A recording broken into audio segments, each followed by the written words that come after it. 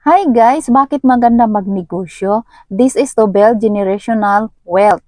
So yung cash flow na tuloy-tuloy na pwede mong maipamana sa next generation. Kung empleyado ka, you are just earning for survival.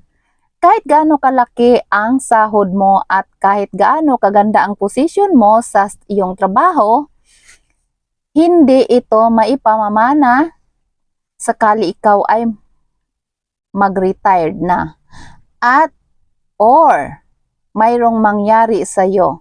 So, my best advice, start your own business kahit maliit lang.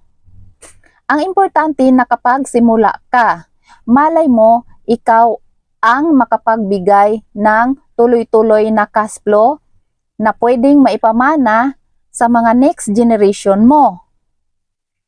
At naniniwala ako sa bawat pamilyang mahirap na Pilipino, mayroon isang taong nakatalaga para makatulong, para maiahon ang buhay ng kanilang pamilya at baka ikaw na yon. So, start your own business. Bye-bye!